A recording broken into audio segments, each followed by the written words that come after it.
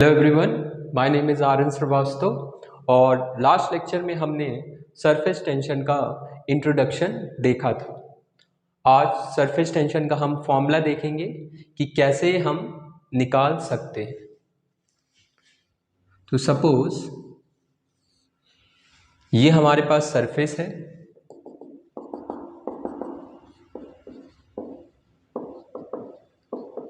Liquid surface है। हमने क्या किया, इसका एक लाइन बनाई, एक इमेजिनरी लाइन बनाई जो कि सरफेस को दो पार्ट्स में डिवाइड कर रही है। मान लेते हैं इसका लेंथ L है। अब हमने देखा था इस लाइन के दोनों साइड में मॉलिक्यूल्स होंगे, दोनों साइड में मॉलिक्यूल्स होंगे। ये जो लेफ्ट वाला है ये इन मॉलिक्यूल्स पे क्या लगा रहा होगा। अगर हम टॉप व्यू देखेंगे सपोज कंटेनर में, तो साइड वाले मॉलिक्यूल्स एक दूसरे को अट्रैक्ट करते हैं, कोहेसिव फोर्स लगाते हैं। तो यहाँ पे ये वाला पूरा रीजन, इस पे कितना फोर्स लग रहा है,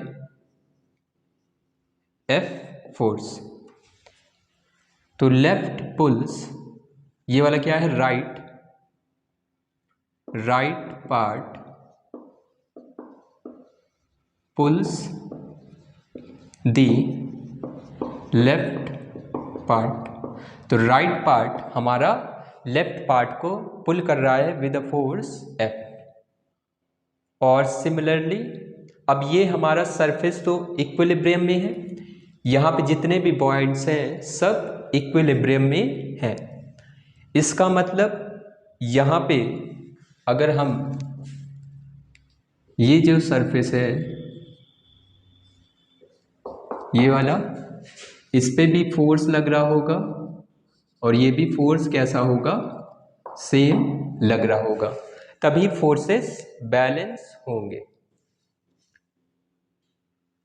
राइट, यहाँ पे क्या है, लेफ्ट पार्ट पुल्स दी राइट पार्ट। तो लेफ्ट पार्ट यहाँ पे पुल कर रहा है राइट वाले पार्ट को। इक्विलिब्रियम हमारा मेंटेन्ड है। तो अब हम सरफेस टेंशन को डिफाइन करते हैं। Then surface tension is given by force per unit length. कितना फोर्स लगा है, कितनी लेंथ में। सरफेस टेंशन को हम S से डिनोट कर सकते हैं या फिर T से भी डिनोट कर सकते हैं अपने अकॉर्डिंग।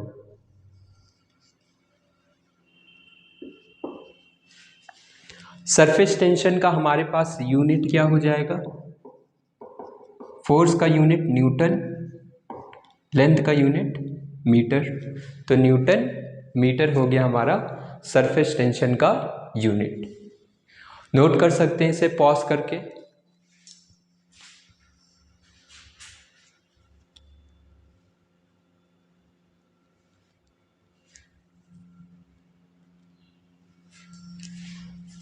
यहाँ पे लिख सकते हैं, ये हमने इमेजिनरी लाइन बनाई है जिसका लेंथ L है। इस लाइन के लेफ्ट वाला राइट वाला पार्ट कितना फोर्स लगा रहा है, F। लेफ्ट वाला पार्ट भी, ये जो लेफ्ट वाला पार्ट है राइट वाले पार्ट को पुल कर रहा है सेम फोर्स F से। सेम फोर्स क्यों, क्योंकि हमारा ये सरफेस कैसा है, इक्विलिब्रियम में है, मूव नहीं कर रहा है। और दूसरी बात, जितने मॉलिक्यूल्स उन वाले मॉलिक्यूल्स को अट्रैक्ट करेंगे तो cohesive force between two molecules same रहेगा।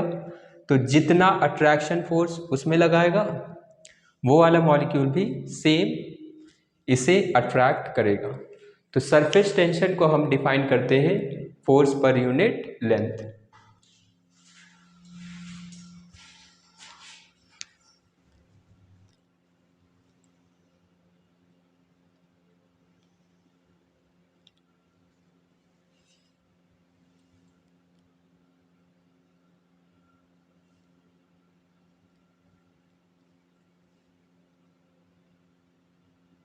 कॉन्सेप्ट देखते हैं हम सरफेस एनर्जी का।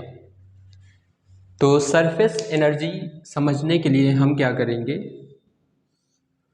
एक लूप लेंगे, ये हमने वायर लगा दिया है। इस लूप में हमारी ये जो फिल्म है ये सोप फिल्म है, सोप फिल्म है। और हमें ध्यान रखना है, अगर इसका साइड व्यू देखेंगे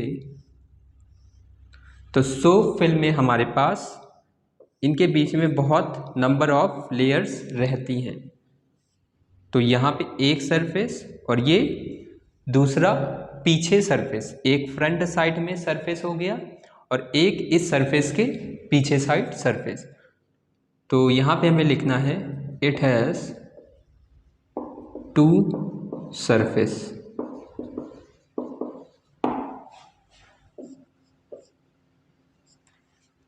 ये पहला वाला फ्रंट फेसिंग और ये वाला सेकंड, इनके बीच में मल्टीपल लिक्विड लेयर्स हैं। अब यहां पे हम क्या देखेंगे, हमारा वायर क्या होगा, अंदर की तरफ मूव करेगा। क्यों मूव कर रहा है, क्योंकि वायर पे ये लिक्विड क्या करना चाहेगा, सरफेस अपना एरिया कम करना चाहेगा, तो इस पे फोर्स लगाएगा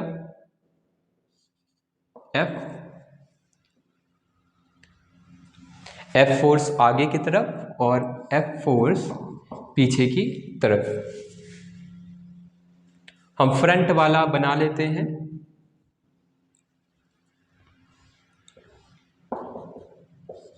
तो लिक्विड अंदर की तरफ पुल करेगा with the force F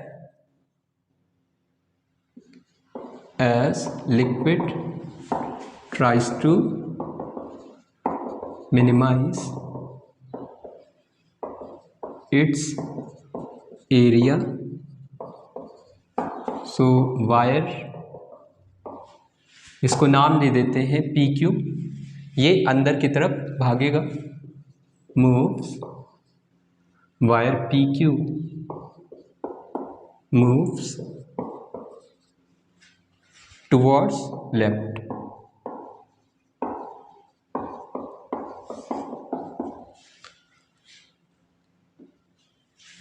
wire हमारा अंदर की तरफ भाग रहा है।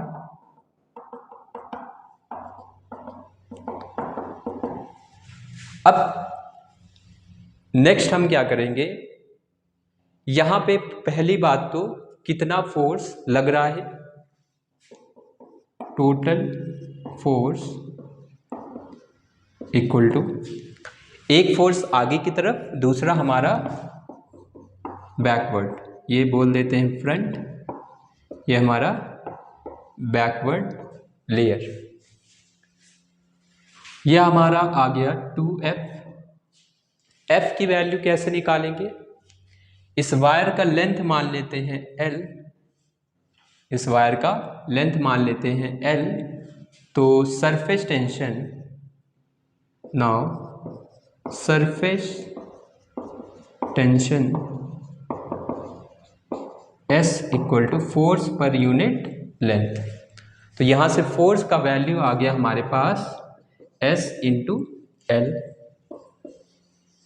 F नेट लिखेंगे, नोट कर सकते हैं इतना।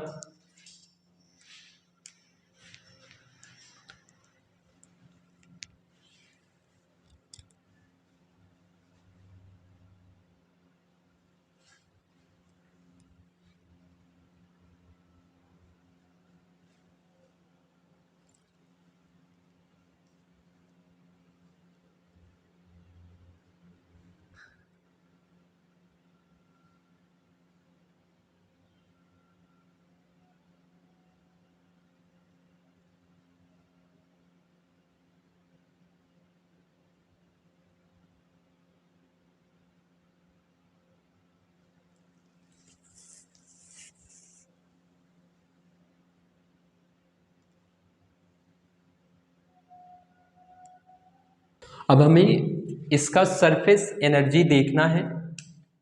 कि इस सरफेस के पास कितनी एनर्जी है, तो हम कैसे देखेंगे, इस पे हम एक्सटर्नल फोर्स अप्लाई करेंगे ताकि इसका एरिया इंक्रीज कर जाए। तो सपोज हमने F एक्सटर्नल लगाया, F एक्सटर्नल हम ऐसा अप्लाई कर रहे हैं, F एक्सटर्नल अप्लाई किया और ये वायर हमारा यहाँ पे डेल्टा X मूव कर गया।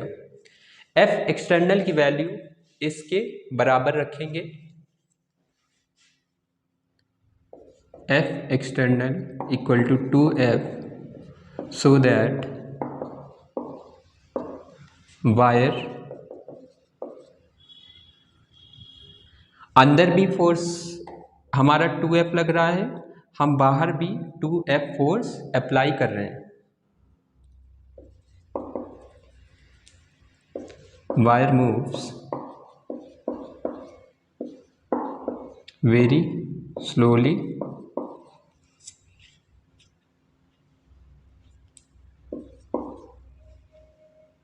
and forces remain balanced। हम क्या कर रहे हैं, फोर्सेस को बैलेंस रख के इसका इंक्रीज कर दिया डेल्टा एक्स अमाउंट से। तो अब हमारी सरफेस हो गई है P डैश और Q डैश, इतना इंक्रीज हुआ है, ये हमारा डेल्टा ए। अब एक डेल्टा ए आगे होगा और एक हमारा पीछे साइड होगा। वर्क डन कितना किया, work done for delta x displacement, तो वर्क आ जाएगा हमारा F एक्सटर्नल, फोर्स भी हमारा इस डायरेक्शन में और डेल्टा एक्स भी हमारा इस डायरेक्शन में, दोनों के बीच का एंगल 0, तो F external into delta x.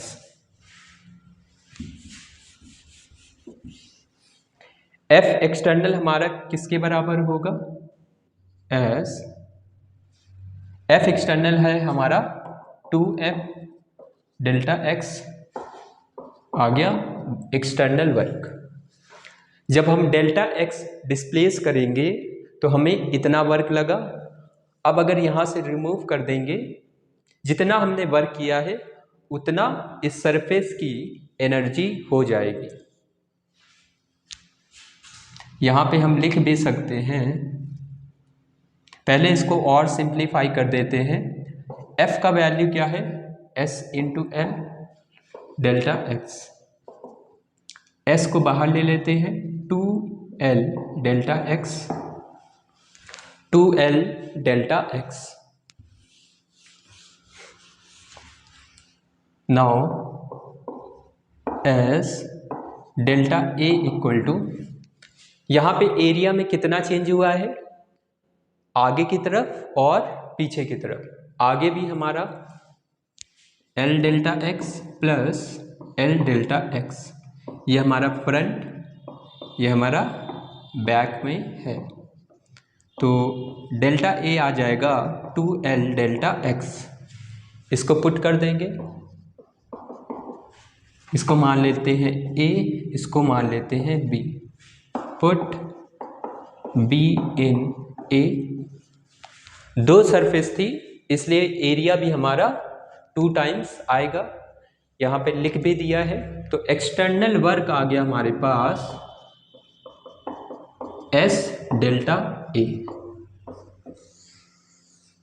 यहाँ पे लिख सकते हैं this work gets stored in form of potential energy। पहले इतना नोट कर लें,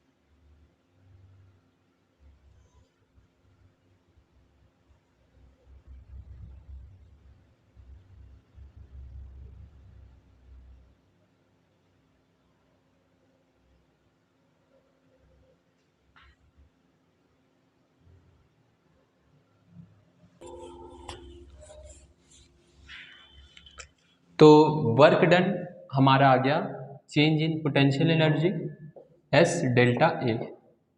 ये क्या है हमारा चेंज इन पोटेंशियल एनर्जी।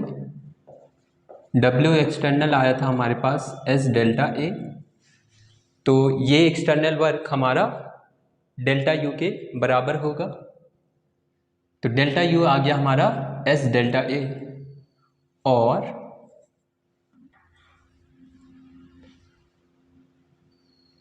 इसी को हम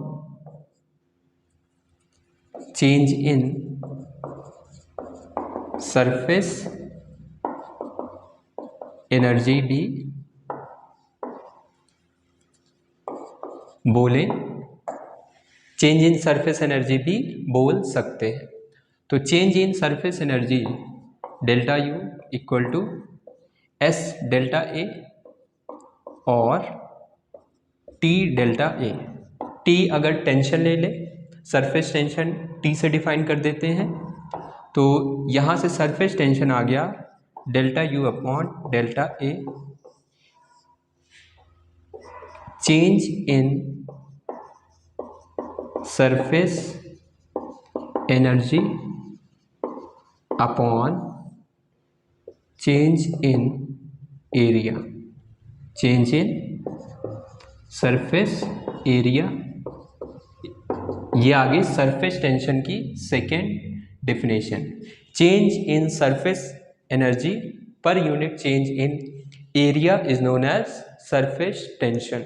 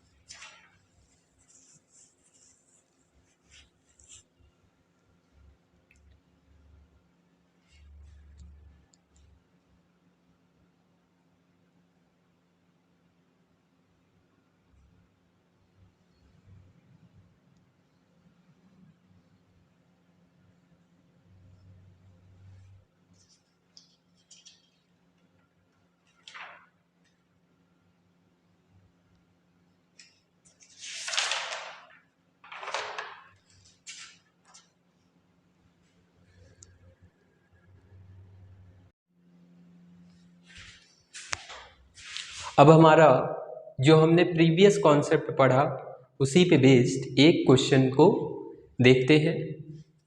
हमें क्या निकालना है, अमाउंट ऑफ एनर्जी डेवलप्ड और released when 8 drops of 0.5 mm radius कितना है 0.5 mm ईच, मतलब सभी का रेडियस कितना है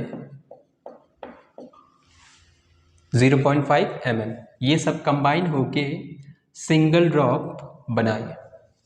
तो अब यहाँ पे क्या है, सिंगल ड्रॉप है, इसका रेडियस मान लेते हैं r'। एनर्जी हमें बताना है कि डेवलप हो रही है या फिर रिलीज हो रही है। तो डेल्टा यू का फॉर्मूला पता है हमें टी डेल्टा ए। इनिशियल एरिया यहाँ पे लिख लेते हैं, हमारे पास एरिया ऑफ स्फीयर होता है 4πr²। हमारे पास यहाँ पे 8 ड्रॉप हैं, तो 8 से मल्टीप्लाई करेंगे, यहाँ पे एरिया आ जाएगा 4πr'²। ये आना चाहिए। अब हमें r' का पहले वैल्यू फाइंड करते हैं फॉर r'। r' का वैल्यू कैसे निकालेंगे, हमारे पास इन 8 का वॉल्यूम और इस 1 का वॉल्यूम क्या रहेगा, सेम रहेगा। तो volume of 8 equal to volume of 1, 4/3। Volume होता है 4/3 πr³। 8 का कितना हो गया, मल्टीप्लाई करवा देंगे, V1 का 4/3 पाई आर डैश क्यूब, ये कैंसिल, यहाँ से आर डैश आ गया 2r। आर डैश का वैल्यू हमें पता चल गया है। और अब delta U equal to T delta A, T U final minus U A final minus A initial, ये आएगा हमारे पास T final area 4 pi R dash square minus initial है 8 इंटू 4 पाई आर स्क्वायर। यहाँ से जो जो कॉमन आ जाए उसको बाहर ले लेंगे। 4 पाई कॉमन आ गया, r dash square minus 8r square, ये बचेगा हमारे पास। इसको पहले नोट कर लें।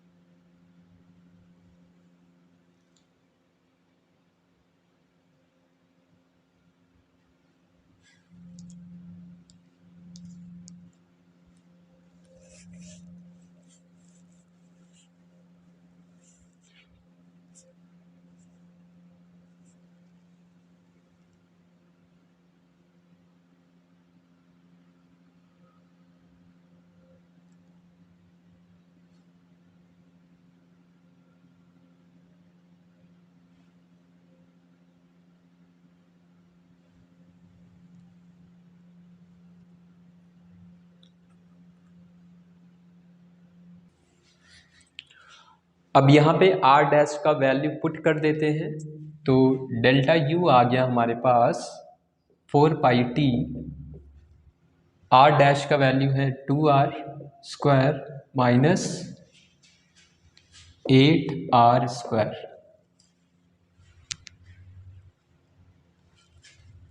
4 पाई टी, यह आएगा 4r square minus 8r square, तो माइनस का 4r स्क्वायर आ गया 16, माइनस में आ रहा पहली बात तो 16 pi are square T.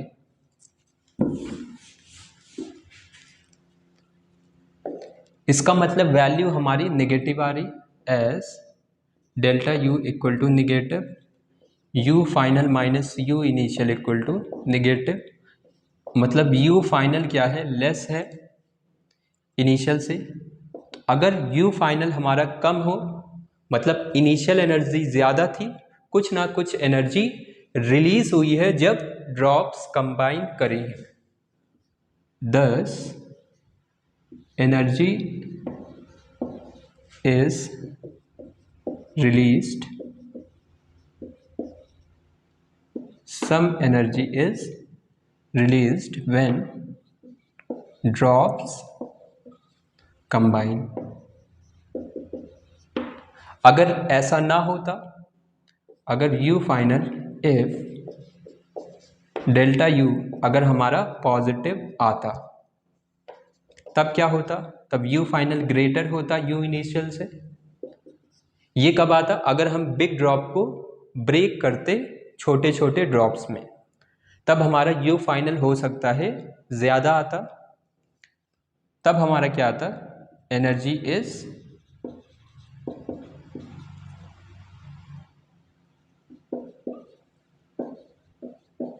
Developed, तब कुछ एनर्जी हमारी डेवलप होती जिसकी वजह से फाइनल एनर्जी इंक्रीज कर गई है।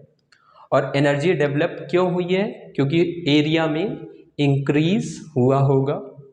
यहाँ से हमारा डेल्टा यू की वैल्यू निकाल लेते हैं। So delta U equal to -16 pi are square T था। अब एनर्जी रिलीज्ड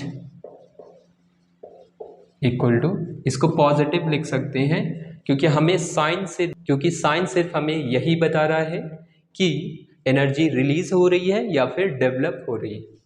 तो 16 pi are square T,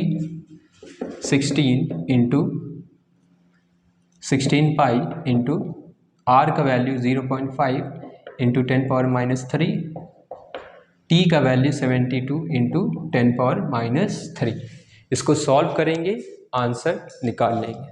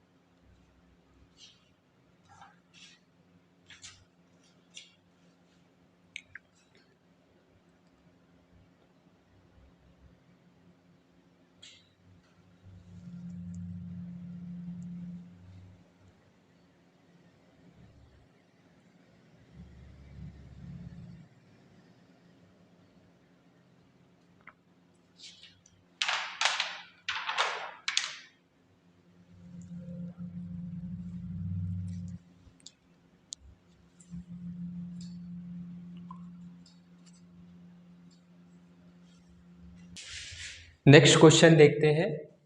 work done in blowing soap bubble from radius 10 centimetre to 20 centimetre. तो हमारे पास सोप बबल है।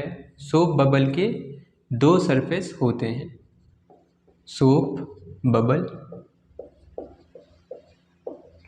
टू सरफेस, दो सरफेस होते हैं, एक अंदर और दूसरा वाला बाहर। यहाँ पे हमारा एयर रहता है। हमें वर्क डन निकालना है, तो work done equal to change in potential energy. तो डेल्टा यू आएगा टी डेल्टा ए, ये फॉर्मूला हमने पढ़ा है।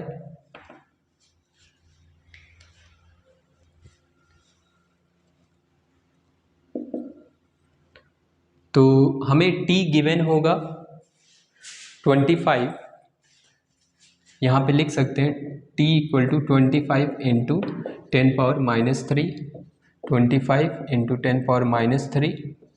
अब एरिया क्या हो जाएगा, A final minus A initial 25 into 10⁻³। अब यहाँ पे डेल्टा यू क्या होगा, अब इसकी हमारे पास दो सरफेस हैं, तो एनर्जी हमारा इस वाले अंदर वाले सरफेस में भी और दूसरा बाहर वाले सरफेस पर भी रहेगा।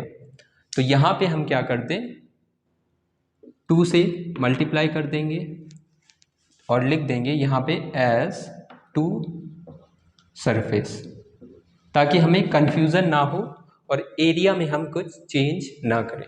दो सरफेस है इसलिए 2 बार एरिया में चेंज होगा। सिंपली एनर्जी कितना होगा, 2 टाइम्स वर्क करना पड़ेगा। तो फाइनल कितना हो गया, रेडियस 20, यहाँ पे लिख देते हैं 4 pi R dash square minus 4 pi are square. तो इंटू 2 का इससे मल्टीप्लाई कर देते हैं 50 into 10⁻³ into 4 pi R dash square minus R square. हमें यहाँ पे गलती नहीं करनी है, 2 से मल्टीप्लाई करना ही करना है इंटू 2। यहीं पे हमसे गलत होता है, तो यहाँ पे भी 2 आएगा। अब हमारा सब कुछ ठीक है। रेडियस फाइनल वाला हो गया है 20, इनिशियल था 10 centimetre.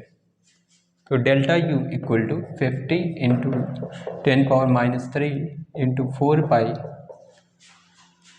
20 square minus 10 square, centimetre में था रेडियस हमारा सेंटीमीटर में था, मीटर में कन्वर्ट करेंगे, और स्क्वायर है इसलिए 10⁻⁻4 का मल्टीप्लाई करेंगे, क्योंकि हमें सेंटीमीटर स्क्वायर को अगर मीटर स्क्वायर में कन्वर्ट करना है तो 10⁻⁻4 से मल्टीप्लाई।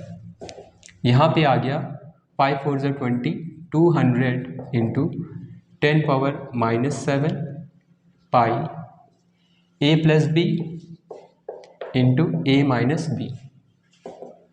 तो यहाँ से 1 2 3 4 4 0 कट हो गए, फिर से वापस से 3 ही बचेगा, 3 पाई इंटू 10⁻⁻3 जूल्स आ गया हमारा आंसर।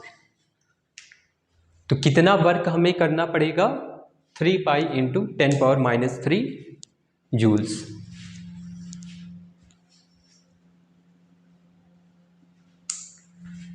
तो यहाँ पे लिख भी लेते हैं, दिस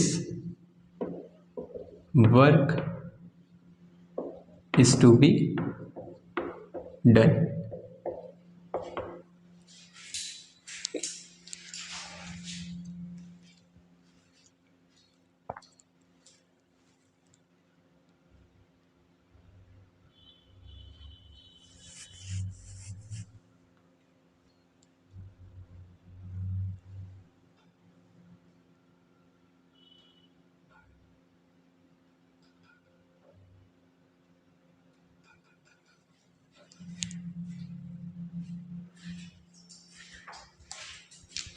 यहाँ पे हमने 2 को मिस कर दिया है, तो 2 3 ज़ा 6 पाई आएगा। अब हमारा ठीक है आंसर।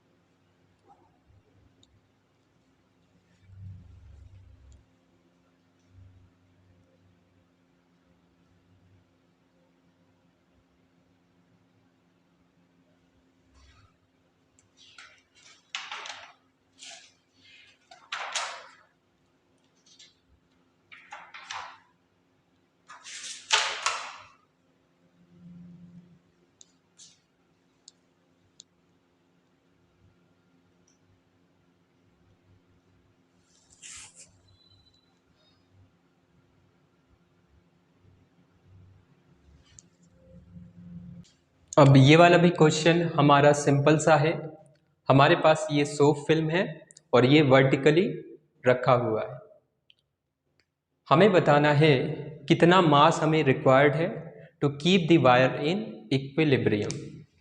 तो इस वायर को अगर इक्विलिब्रियम में रखना है तो सबसे पहली बात, इस पे अंदर फोर्स लग रहा होगा कितना, एक तो आगे वाली लेयर लगाएगी TL और एक पीछे वाली लेयर लगाएगी टेंशन इनटू लेंथ। इसको F लिख लेते हैं पहले, और F equal to F/L equal to S। तो F आ गया हमारा S इंटू L, और ये वाला वेट कितना आएगा mg। यहाँ पे 2 फोर्स लग रहे हैं। अगर इस वायर को इक्विलिब्रियम में रहना है तो अपर और लोअर फोर्स बैलेंस होने चाहिए। F plus F equal to mg। यहाँ पे लिख सकते हैं note, 2 forces because soap film has 2 surface। इसलिए 2 फोर्सेस एक्ट करेंगे। यह आ गया हमारे पास 2F equal to mg, 2 into SL equal to mg। यहाँ से m का वैल्यू आ गया 2SL अपॉन m। L का वैल्यू 10 सेंटीमीटर, SB हमें गिवन है 2 into 25 dyne per centimetre. Length हमारा सेंटीमीटर में ही पुट कर देते हैं। यहाँ पे G का value 980 dine per centimetre square ये होता है, और S इंटू एल भी हमने पुट कर दिया। इसको अप्रॉक्स 1000 ले लेते हैं, 10 से 10, 25 4 ज़ा 2 1 ज़ा 2, 2 2 ज़ा 4, 1/2 ग्राम्स। ये आ गया हमारे पास 0.5 ग्राम्स आंसर।